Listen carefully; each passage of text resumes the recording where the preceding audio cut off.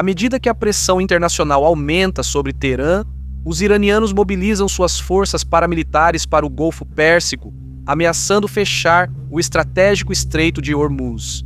Minas navais de sabotagem e ataques negáveis começam a pesar fortemente nas rotas de navegação.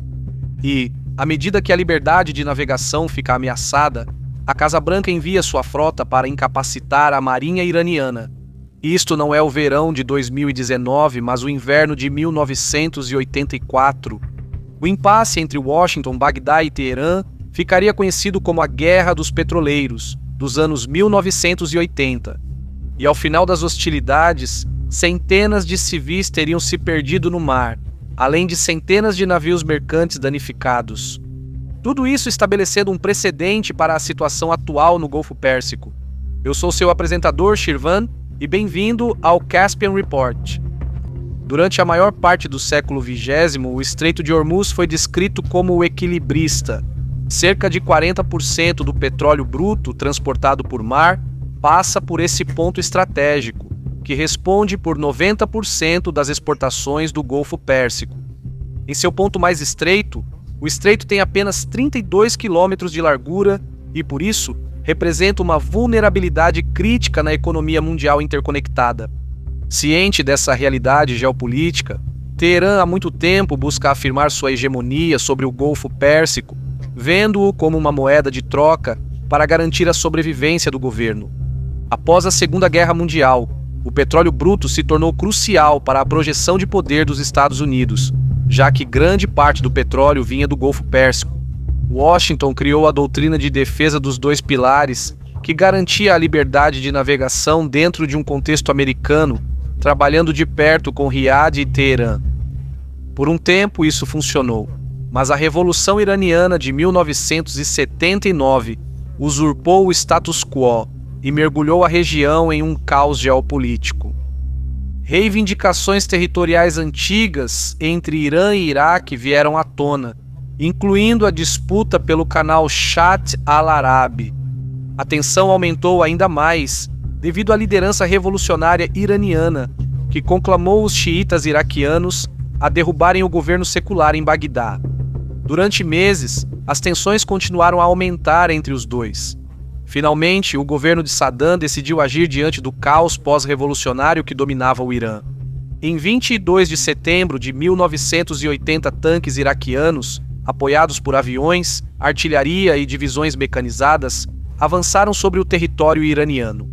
No entanto, em vez de encontrar os iranianos em desordem, o Iraque se deparou com uma população e um exército que rapidamente se uniram contra a ameaça externa. Essas pessoas aqui, essas pessoas que vêm aqui para lutar, isso só significa que elas deixaram suas famílias, deixaram suas casas. Elas só querem vir aqui apenas para lutar contra os iraquianos. Mas o seu país agora está ajudando o Iraque, certo? Mas por que você acha que essas pessoas estão aqui? Ele tinha 14 anos ou algo assim, porque ele veio aqui para lutar, ele deixou a mãe dele, ele deixou o pai dele. Dias após o ataque surpresa do Iraque, Teherã respondeu bombardeando cidades portuárias ao longo da costa sul do Iraque, paralisando a capacidade do Iraque de exportar petróleo por via marítima e negando à frota iraquiana o controle sobre o Estreito de Hormuz. A estratégia funcionou em um mês, o avanço iraquiano perdeu força e ambos os lados se entrincheiraram em condições amargamente semelhantes às da Primeira Guerra Mundial. Para o Iraque altamente motivado e o Irã movido por ideologia, um acordo de paz estava fora de questão. Nesta luta, o vencedor levaria tudo. Com o prolongamento das hostilidades, Teherã e Bagdá buscavam alternativas menos convencionais para romper o impasse no Irã.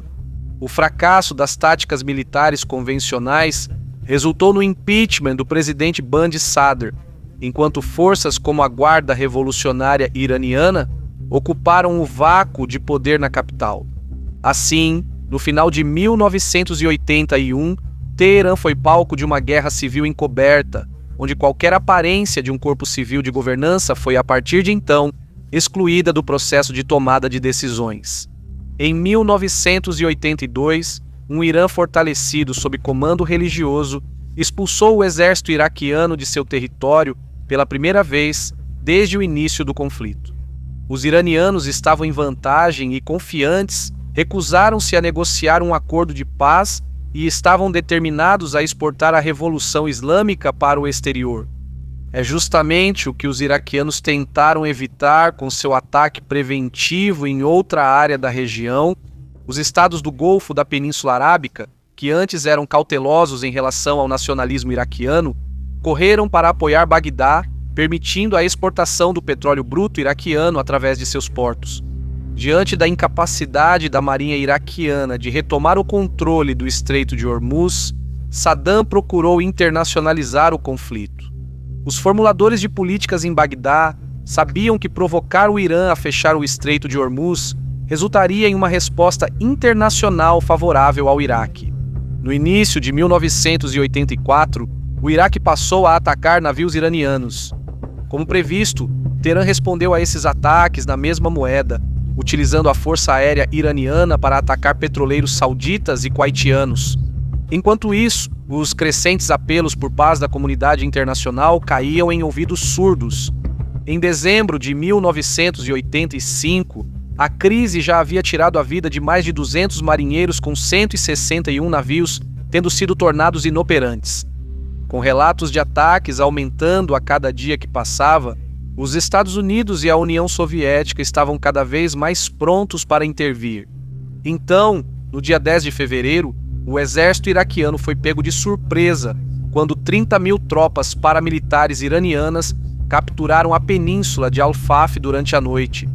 Com toda a costa iraquiana agora sob ocupação iraniana, Bagdá redobrou seus esforços para internacionalizar o conflito e aumentou exponencialmente os ataques contra cidades, infraestrutura e embarcações iranianas. À medida que o número de vítimas civis aumentava, Ayatollah Khomeini estabeleceu uma nova marinha paramilitar com uma nova missão de atacar todos os navios no Golfo Pérsico, armados com armamento leve e equipamentos de minagem naval. O componente naval da força paramilitar iraniana imediatamente iniciou uma campanha de pirataria em todo o Golfo Pérsico. O objetivo deles era sufocar os iraquianos até a rendição, tornando o transporte marítimo inacessível. Em julho de 1986, o aumento dos ataques a navios mercantes levou o governo do Kuwait a solicitar formalmente proteção das marinhas americana e soviética que operavam na região. No contexto da Guerra Fria, nenhuma das superpotências podia recusar, e tanto Washington quanto Moscou aumentaram sua presença no Golfo Pérsico, à medida que o mar ficava cada vez mais lotado. Acidentes eram inevitáveis, ironicamente, porém, foram os iraquianos que causaram o primeiro acidente quando, em 17 de maio de 1987, um caça iraquiano atingiu uma fragata americana, matando 37 marinheiros e imediatamente mergulhando o governo Reagan em uma controvérsia política. Mesmo que o acidente tenha sido culpa do presidente iraquiano, Reagan mobilizou uma força-tarefa naval chamada Operação Ernest Will, com o objetivo de proteger a navegação do Kuwait enquanto pressionava Teherã a respeitar o princípio da liberdade de navegação no Golfo Pérsico, deixando um Saddam muito mais maleável aberto à negociação. Sendo uma potência naval global, a liberdade de navegação era fundamental para manter o poder global dos Estados Unidos. E qualquer um que violasse esse princípio precisava ser responsabilizado. Visto por essa perspectiva, a Operação Ernest Will pode ser considerada um exemplo moderno de diplomacia da canhoneira. Mas, para o profundamente piedoso Ayatollah, esse combate era um teste para a revolução e para a determinação xiita que Teherã não cederia. Em setembro de 1987, o governo civil do presidente Khomeini, diferente do Ayatollah Khomeini, buscou a Assembleia Geral da Organização das Nações Unidas para negociar um cessar-fogo. Enquanto a diplomacia atuava, fuzileiros da Marinha dos Estados Unidos da América capturaram um navio iraniano de mineração paramilitar em operação. Vale destacar que, na época, Khomeini liderava diferentes setores das Forças Armadas. E não se sabe se a força paramilitar estava operando ou não com o conhecimento do governo civil. Independentemente dos detalhes, o incidente desacreditou totalmente a posição do Irã aos olhos da comunidade internacional. Humilhada, descartada e sem alternativa, Teherã continuou sua política de confronto agressivo. Washington respondeu atacando e destruindo plataformas offshore suspeitas de serem usadas pela força paramilitar iraniana como bases de operações. Isso tomou um novo rumo hoje, quando navios de guerra americanos bombardearam e destruíram 2 plataformas de petróleo iranianas e depois invadiram outra. Foi uma retaliação ao ataque iraniano com mísseis contra um petroleiro americano no fim de semana. Os ataques de retaliação dos Estados Unidos da América acabaram culminando na Operação Louva a Deus.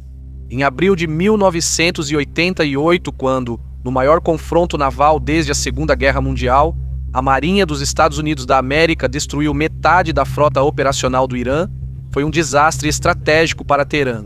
Enfraquecidas no mar, as forças iranianas foram expulsas da península de Al-Faf. Cerca de um mês depois, uma nova tragédia atingiu o povo iraniano em julho de 1988, quando um cruzador de mísseis dos Estados Unidos da América, por engano, alvejou e destruiu um avião civil iraniano, matando quase simultaneamente todos os 290 passageiros. Outro aparente ataque é identificado.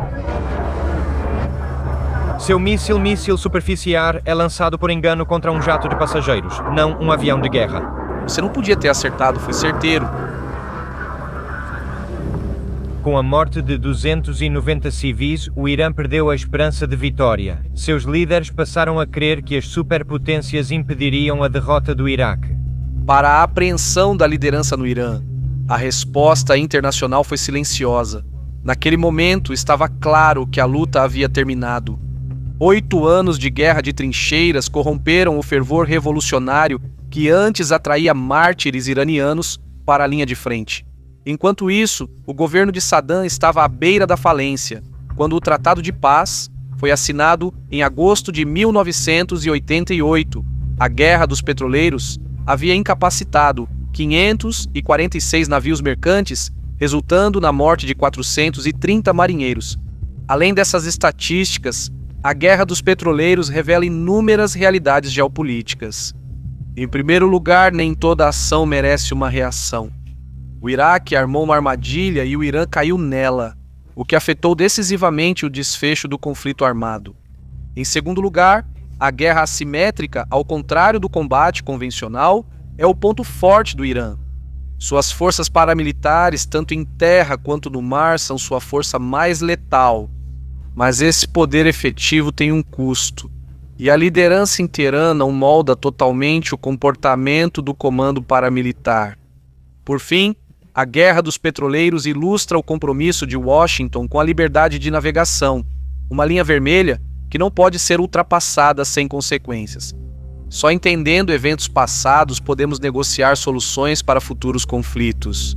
Fui seu apresentador, Shirvan do Caspian Report. Obrigado ao Alexander Perton pela ajuda na redação do relatório. Se você quiser ter acesso a alguns benefícios especiais, como arquivos PDF com fontes ou acesso antecipado para revisão por pares, confira nossa página no Patreon para saber mais.